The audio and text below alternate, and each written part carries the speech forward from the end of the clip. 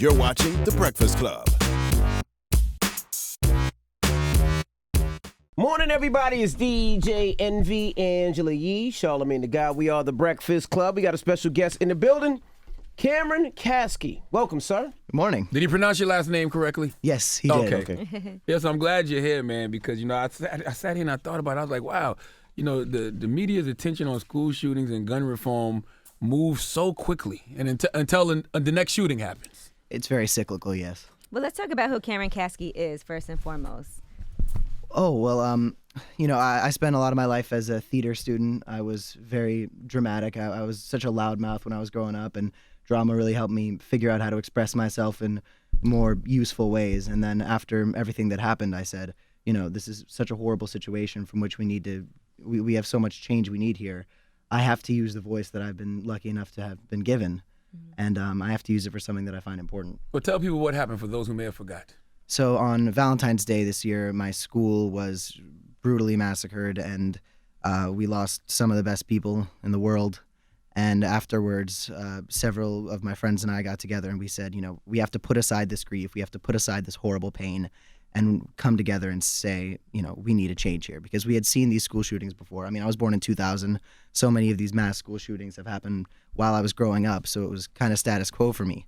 And so often the footage you get, the stories you get are just people crying and the media coming in and filming sad mothers. And we said, we don't want people to remember Parkland as the city where everybody was crying all day. We want people to remember Parkland as the city where people stood up and said, we need to do something here. That's crazy that happened this year. Yeah, that seemed like it happened like a year ago. 1,000 years ago. Now, the guy that did the shooting, was there anything strange about him in school or anything that you was like, we knew it was him? I'll tell you this. The police were called on him more than 40 times, and still he was able to legally purchase a semi-automatic rifle, which leads to the failures very often with not only our sheriff's office, our school board, but also our gun laws, allowing somebody who's clearly shown such a violent record to purchase a weapon like that.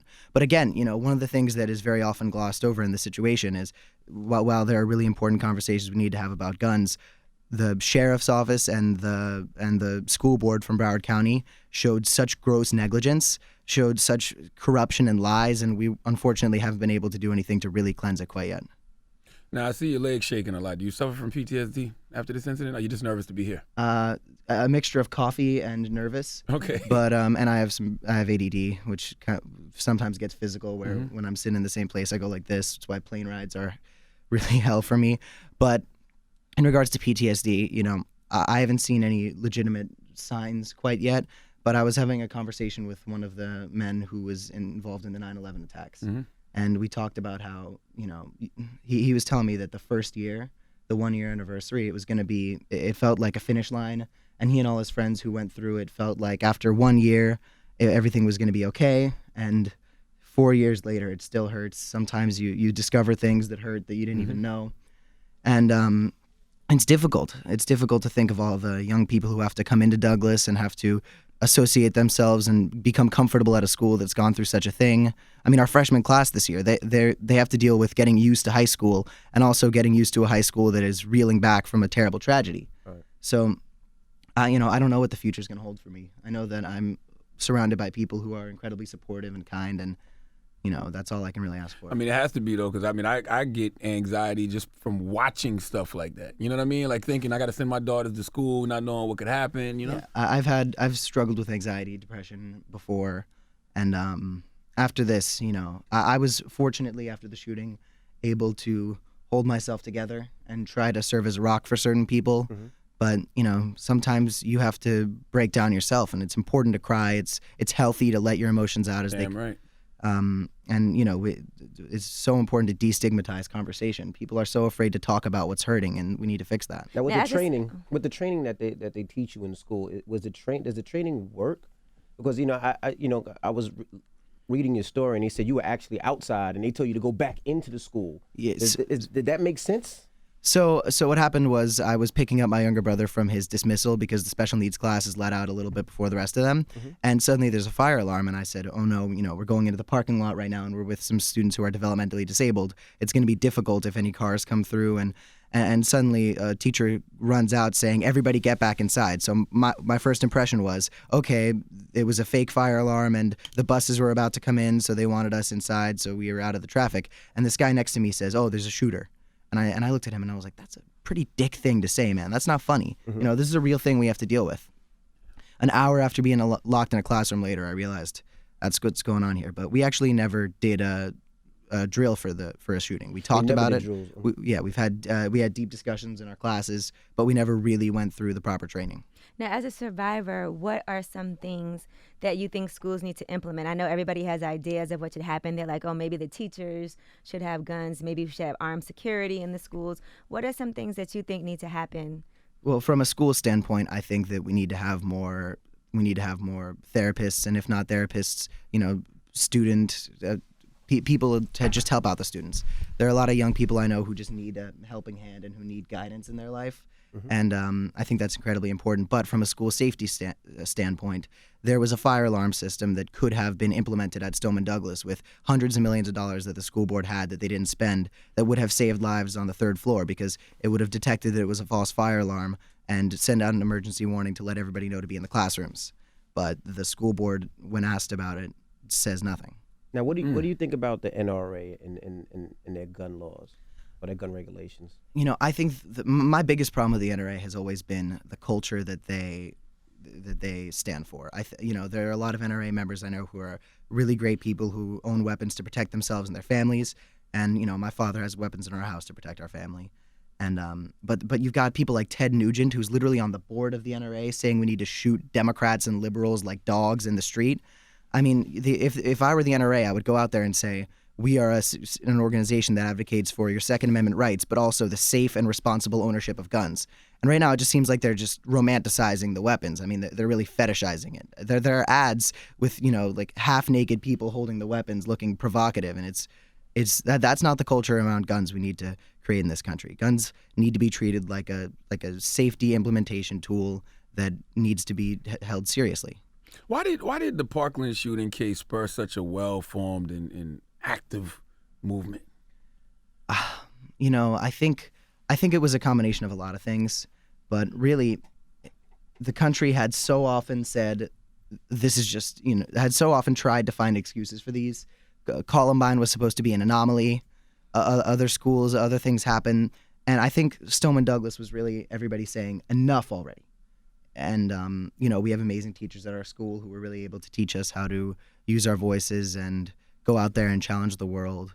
But really, I mean, the question I had always heard was, how many is enough before we really do something here? And I think Stoneman Douglas was that tipping point. I think it was the catalyst. How does it make you feel when you hear people say things like, oh, there was a false flag, it wasn't a real shooting, kids aren't really dead, they're just doing this to push gun reform? People like that are always going to exist. There are always going to be folks like that out there who are treating these things like it was just the government trying to stage someone to steal your weapons.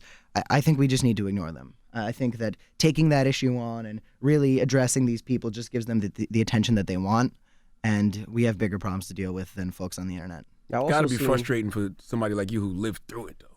Yes, but I just feel really bad for the families. I mean, losing a family member and being told that you didn't, It's fake. Going to that room and it being empty in your home. You wish it was fake. Yeah. It's terrible. Now let's talk about social media. I've seen on a lot of students taking pictures and videos.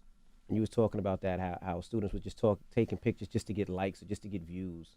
If you're taking video from inside a school shooting to provide to the police and to show them the suspect and to show them what happened, that's honorable. And I find that brave, to be honest. But there were students Snapchatting around, yo, my school getting shot up. And, in one of those videos, there was somebody who had served as a mentor to me in my life, dead on the floor. And they were being sent around while we were locked in that room waiting to get out of school that day. So I think that social media in many ways is a blessing, but in many ways also lets out a part of my generation that's just so ego-driven and so obsessed with getting as much attention as possible. I mean, there needs to be a cultural shift right here where social media is treated as something you do to have fun, not how you base your entire identity. Because I think my generation is having a huge identity crisis. Yeah, and it's no empathy and no value of life. Like not even the life of other people, but your own. Like you're in danger and you're worried about something else. Snaps. It's ridiculous. I mean, it's significant of what I think the biggest problem my generation faces, and it's a problem I've struggled with before. It's a lesson that I've learned the hard way, but I'm glad I've learned it. And that's, we need to just stop thinking about ourselves. We need to start thinking about each other. And that's a big political point I've really been advocating for, not even political, social, which is we need to start understanding each other as human beings. Right. We're putting ourselves in echo chambers, we're getting stuck in bubbles, and that's leading to this partisan issue that's driving a wedge between everybody in this country. It's come to the point where when we disagree with things, we think the other person is a bad person. I used to think that somebody who disagreed with me on guns didn't care when kids got killed. Right. And then, you know, I met that guy in Texas who has a semi-automatic weapon because that's how he elects to protect his family. I met that woman in Chicago who carries a firearm around because if somebody comes and tries to attack her, she's going to shoot them.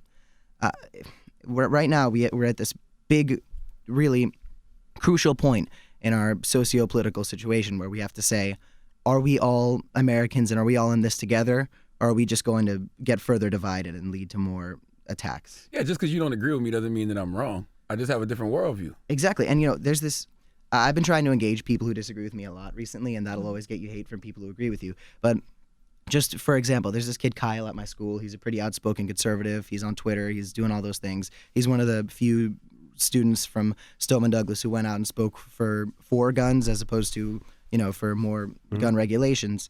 And there's this guy on Twitter that he treats like the second coming of Jesus Christ named Ben Shapiro. He's a popular conservative pundit. Man. Young conservatives love him. Yeah. So I said, what better way to reaffirm my views than to go speak to Shapiro? Because a lot of people treat him like the expert on the issue. And I said, if I want to be an incredibly well-spoken and firm and confident person advocating for gun laws, why not speak to the guy that everybody treats like the expert? So, we did an on-camera interview. We discussed it. And I think that just speaks for how important it is to engage. And also it speaks for how important it is to advocate for the things you believe in. You know, I spoke to Shapiro about guns, and now I know more than ever how important it is what my friends and I are advocating for. I don't have a problem with Ben Shapiro. I just think that Ben Shapiro doesn't know the other side. I think a lot of times you speak for people, but you have no clue what these people's experiences are. Look, I can really not speak for Shapiro's views on anything but guns. I could tell you that on the gun issue, he's incredibly well-spoken. But, you know, like you said, I think most people right now are having issues understanding the other side. Right. And until we start to open up to the other side, we're not going to get anywhere. You know, we could be tribal, we can attack each other, or we could sit down and say, where are the solutions? You started your own activist group as well. So talk about that and what made you decide to do that. Well, you know, I think our country right now is, in regards to what we're facing, is dealing with, like I was saying before, everybody being used in political ways against each other. And I'm trying to take my generation, which is at a crucial point as well, because we're all coming into adulthood. I mean, the first wave of Gen Z is becoming adults now. And I want to take Gen Z and say, as we're growing up, let's do better than the last ones. Let's be a generation that wants to engage and agree with each other. And, you know, let's fix all the problems the earlier generations had, because there's no lack of passion in Gen Z. There's no people said that, you know, my generation, which I'm just at the back end of being a millennial, it's Gen Z. I thought I was like the youngest millennial, but no, it's Gen Z. We really care. And, you know, there are a lot of polls out there that say that many Gen Z people are polling higher in favor of morals over money than a lot of other generations. I want to send a message to my generation saying, as we grow up, we don't have to follow everybody else's mold. We can do something better together, and we can unite. And I think that's really important. I don't believe you're a Generation Z. Let me see your ID, sir. Let me see your birth I don't have certificate. it. My I'm goodness. so sorry. All right, I don't believe him. I was born November 11th, 2000. And this year I turned 18 5 days after the Wow. midterms. Wow. So You're only 18? I'm 17. That's Seventeen. My No, God. so there's this big midterm election this year that I've been advocating for with such intensity. I've been telling everybody to get out there and vote, and my hypocritical ass is turning 18 5 days after. So I'm just going to stand there at the polls saying, congratulations, everyone. I'll be here But, next but year. encouraging people to vote is fine. Right. You know what I mean? You You're doing your job.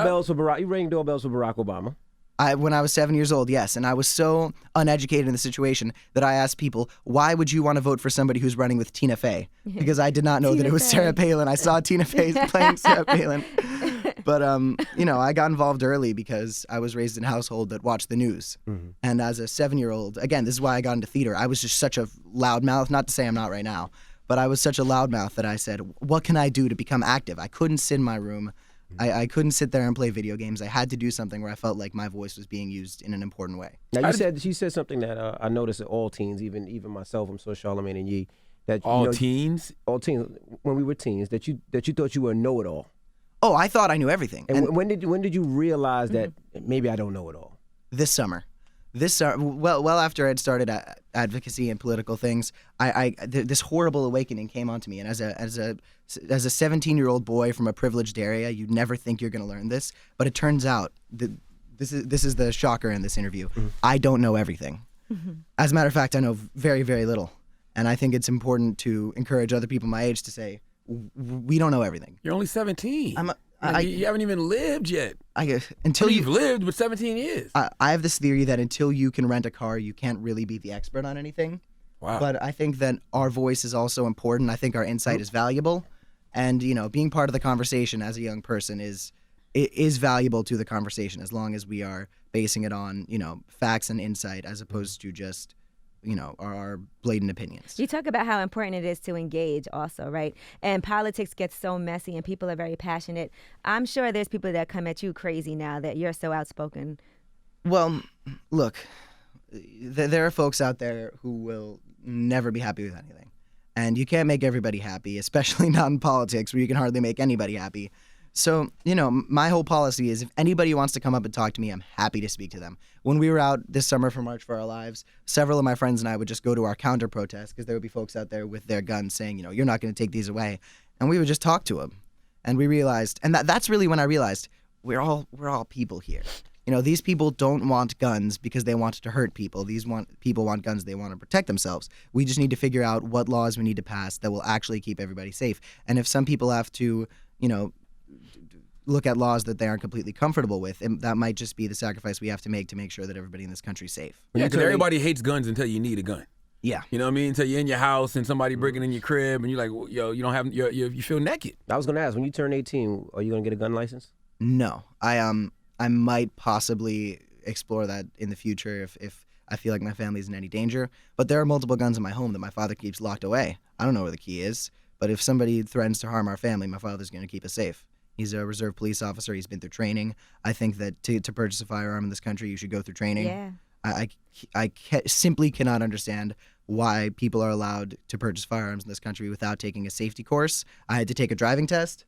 I had to take an alcohol test. I think 18 is kind of young to give somebody a semi-automatic. They give us rifle. goddamn sex ed. I think that's kind. Like I you think get that's sex kind of ed young. in school. I got sex ed starting in 5th grade. That's what I'm saying. And look, the argument, people will make the argument that if you could serve in the military at 18, you could carry a firearm at 18. But you still have to get training. Yeah, in the military. That's what I was going to. Yeah. In the military, you have to get training as well. You have to be a responsible, Mental evaluations, upstanding. background checks.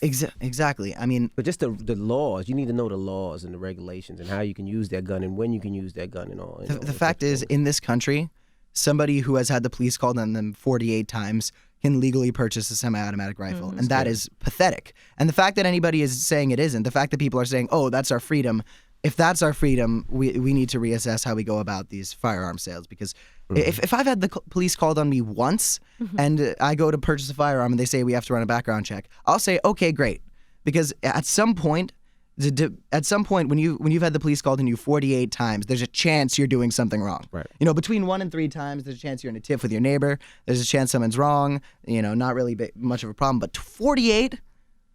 I think they should look at your all of your social media outlets and everything, and just see the type of comments you leave. Sure. If you have a YouTube page, if there's something violent. Shooter on at my there, school had an they should Instagram where he was posting pictures holding weapons and knives with masks on. I mean, been a rapper. But they're not going Could've been a to rapper. pay for somebody to do all that research. They just plug it in the system and see if he was arrested before, which is sad. They should do some type of mental tests to make sure that they're stable. How did you get so well versed just on all of this stuff? Well, I appreciate that. Well-versed is one word for it. In regards to speaking, I took theater. And theater is a class that'll take someone with a voice and say, here's how you use it. Here's how you appropriately use it. I mean, I was the biggest little shit in the entire world. I was a loudmouth who was just saying things that were controversial just to make a stir. And Sound like somebody I know in here, but go ahead. Definitely not me. Not even a little bit. Go ahead.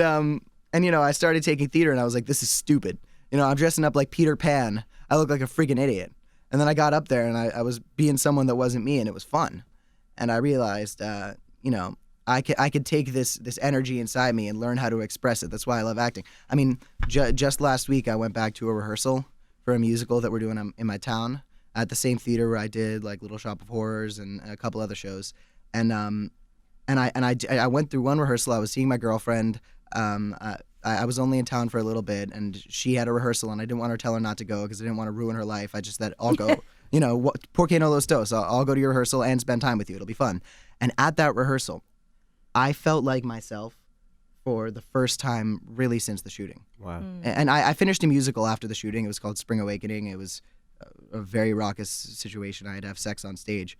But fake sex, not real sex. Okay. But I go back to the show, and I'm at home. I'm surrounded by the people that I love and the people that I used to sing, dance, and look like a moron with. And something it clicked inside me that made me feel like a human being again. And you know, that's kind of one of the things I have trouble talking about, but in another way enjoy talking about after the shooting, is that our lives, every decision that the victims from Stoneman Douglas the witnesses and stuff, every thing that happens for the rest of our lives is only going to happen because the worst case scenario happened. Every decision that we make, no matter where we go to college, no matter who we marry, no matter what happens, it only happened because the worst possible thing in the entire world happened. So there's no returning to normal. There is no normal. You guys ever watch Community? Yeah. You familiar with the darkest timeline? Yeah. This is the darkest timeline. Everything that will ever happen for the rest of my life, no matter what I choose to do, is in some way tied to the fact that this horrible thing happened. Why do you feel that way? Because, I mean, there's no way your life can truly be the same. After 17 people in your proximity being murdered, there's no way to really discover a real status quo that cannot go back to that. I mean, no matter what I end up doing with myself, whether I become a lawyer, doctor, or salesman, whatever it might be, it's going to be based around that moment. It's not even based. It's going to be because of. Yeah. And it's so strange settling into reality that is. It's like I read comic books, and there are these alternate universes where something went wrong. Like, you know, when Batman was with Robin was killed, and then Batman went down a dark path. And I always think, like, this is that alternate universe. This is a nightmare. Before all of this, if somebody said this would happen, I would say, okay, that's just some horrible thing that's just a possibility that really isn't real. But what we're living in is not real. Ever since the shooting, time has been an abstract concept. Ever since the shooting, the world hasn't really felt genuine to me or many people I know. And, you know, I'm lucky enough to be able to be, like I said, surrounded by such kind, considerate people. But I think about all the people from my school in similar situations. It certainly didn't only happen at my school, who are dealing with this. Right. Does it make you feel guilt because you are getting a lot of, like, you have an opportunity to even be on this show because of that situation? Does it make you feel guilt? At first, I felt guilt. After the shooting, before we were even on news, when I walked out of school that day, I said, there are 15-year-old girls who are about to be buried this week. Why did I get to walk out? What makes me so special that I get to have my life when other people don't? But and in regards to, you know, being on shows like this, opportunities like that, I think as long as what you're advocating for and speaking about is important, you can always use your voice. That's my whole thing. You know, we were on big media shows, and many people after the shooting were saying, like, how could you be doing that after your friends were killed? And I said, I'm doing it because I think I need to. I'm doing it because what I'm talking about is what I think can make the world a safer place. The responsibility, more so. Exactly. And, you know, now we've all got these platforms. I mean, I've got like a couple 100,000 people on Twitter, and then people will ask me, like, look at this. You got all these people on social media because people died. And I say, look, I didn't ask for this to happen. I didn't ask for any of this, but with, you know, great platform comes great responsibility. And I have a responsibility to the people around me and to the people of the country to do with this platform that I have for such a horrible reason what I think is right. Well, that's your answer, though. That's the answer to your question when you ask yourself, why did you survive? That's why you survived. I'd like to think so. But, you know, I don't necessarily believe in destiny or greater plans or karma or anything like that. I'd like to, and it interests me. But It makes me think because it was less I was alive to do this. It's more because I'm alive, I need to do something here. Right. And I have friends who went about their lives after the shooting. I have a friend who actually worked on March for Our Lives with me, who then went to summer camp. And at first I thought, how could you do that? There's so much we need to do. There's such important things to advocate for. How could you go out and live your life after all of this? But then I realized what he was doing was living his life, and what the shooter wanted was to ruin everything. The shooter came into the school wanting to ruin everybody's life, and the fact that people were able to go back to their lives, the kids who were playing sports were able to go back to practice, the kids who were doing theater were able to go back to rehearsals. The fact that they were able to go about that, at first I thought, how could they? That's selfish. And then I realized they were doing exactly what they should have. When the shooter comes in and wants to ruin everybody's lives, and the people say, you know what, I'm going to live my life anyway. I've learned some lessons about what's important. I'm going to go put more love into the world.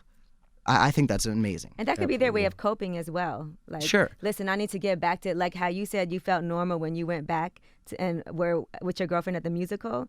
For them, that might be their way of trying to cope and deal with it and get over the trauma and stress that they've had. Exactly. And I think that no matter how you're doing it, putting more love into the world after that kind of thing is a beautiful thing. There were many times where I was putting things that were not love into the world after the shooting. There were many times where I was... Because you were angry. And I was angry. And that's fine. You can allow yourself to feel. Sure. And I was pissed as hell. And the problem was I was pissed as hell in front of cameras. But, I'm not going to beat myself up over that. But, I see so many people who just put love into the world. And I love that. Also remember too, Cameron, it's very important to remember, you're 17. So, even though you are, taking on this great responsibility and saying, I'm going to be this advocate for this, and you want to practice your activism, that's fine, but you're still 17. Absolutely. Still got a life to live, bro. If you want to play fucking Fortnite all goddamn day, drink some soda, you can do that. He just really learned what Fortnite was earlier today. He has no idea. I've been knew what Fortnite was. You can do all that. I've seen Fortnite. I played it when they put Thanos from Infinity War in the game for a bit, and that's what's got me playing. I mean, that was brilliant synergy between the two companies. You're a comic book guy. You're entitled to go see your Marvel movies and read your comic books, date your girlfriend. Like, you can have a life. I agree, and it took me a long time to realize that. Now, one of your schoolmates, Sarah Chadwick, who's also started March for Our Lives with you guys. I love Sarah. Yeah, she said, we in Parkland recognize that one of the main reasons we are being heard is because most of us are white. We have been working to use our white privilege to amplify the voices of minorities that deal with gun violence on a daily basis. Their voice deserves to be heard just as much. That's true.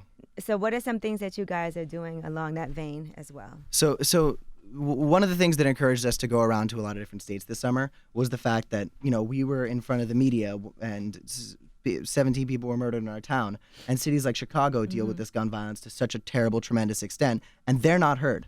And we met a lot of young people from Chicago, kids from St. Sabina and Englewood and those areas, and everybody that I met there had lost a family member to gun violence. And it made us. I say I a lot. It was we. I was along for the ride with my friends who were just as passionate about this, and we were seeing these people who had to deal with this on such a daily basis, but weren't in front of cameras the way we were. And we said these stories need to be told for people to truly understand gun violence in this country. Gun violence in this country is not just embodied in a small town of white people getting shot up. Gun violence in this country is such a multifaceted issue that affects so many communities in such a different way, and we all need to understand it because. We need to team up here and we need to tackle this issue for what it is. And we went to Chicago, we went to Minneapolis, we went to DC, certain areas of LA, and we really got to understand these problems because I didn't get it. I used to think Chicago was like the Bean and the place where they filmed The Dark Knight. I did not. And then we go to the South Side and the West Side, and I realize these are good people who are trying to live lives and be great members of their community. And I know so many young people who are, and they have to worry about leaving the door. People say that kids like me are brave for getting on camera after the shooting at my school. Kids in Chicago are brave for getting the fuck out of their house that day. And we see these people who deal with so much more, and it's so much who are given the short end of the stick to such a tremendous extent. And It really showed us a new light, and it really made me very glad that Rahm Emanuel is not seeking re-election for mayor in Chicago. When did you realize you had white privilege? Was that a new revelation to you? recently? I always understood what white privilege was. I think that white privilege in many different ways is skewed in conversations. I think some people will call it systemic. Some people will call it social. I think that white privilege can basically be embodied in the fact that there are rooms that I can walk into and feel much safer than my friends who are not white. And there are opportunities that are given to me because I am white. And I don't think that I think that the conversation around white privilege is confusing in many ways. But seeing cities like this, it's a socioeconomic problem. It's in many ways, there are issues from everything from the laws to culture to the ways the cities are being ran. But at the end of the day, there is a social the social fabric right now is incredibly damaged, especially around race, and there's something we need to do to fix that. How have you been using your white privilege to combat prejudice, to try to fix that? Well, look, the cameras were all on us, and we said, you want to look at us? Great. Look at the things you don't want to look at. Look at cities that are where friends of mine have to walk 6 miles to get food, and the food will lead to obesity because it's not healthy. You know, if you want to look at us, if you want to look at the rich white kids whose school gets shot up, go look at these areas in New York where the nonviolence programs are truly helping people. I mean, the way to use white privilege, I think, to make the country a better place, besides investing in our communities and making them safer, is to take the attention you have and share it with those who are fighting for a shred of hope. And that's, I mean, the city is Chicago specifically. I know it's a lot of different cities in this country, but Chicago specifically really opened up my eyes to that. How do you feel about mayonnaise? About mayonnaise? Yes. I never liked it. Good answer. I don't get it. Just I leave think it it's. at I like this guy. This guy's gonna be a great political figure one day. I've never been much of a butter person, but I have nothing but respect for people who enjoy it. Cameron, we appreciate you for joining us. Thanks a lot. Cameron for president one day, All right, goddamn here we go. Cameron, I really hope it it doesn't come to that. It's the Breakfast Club. Good morning.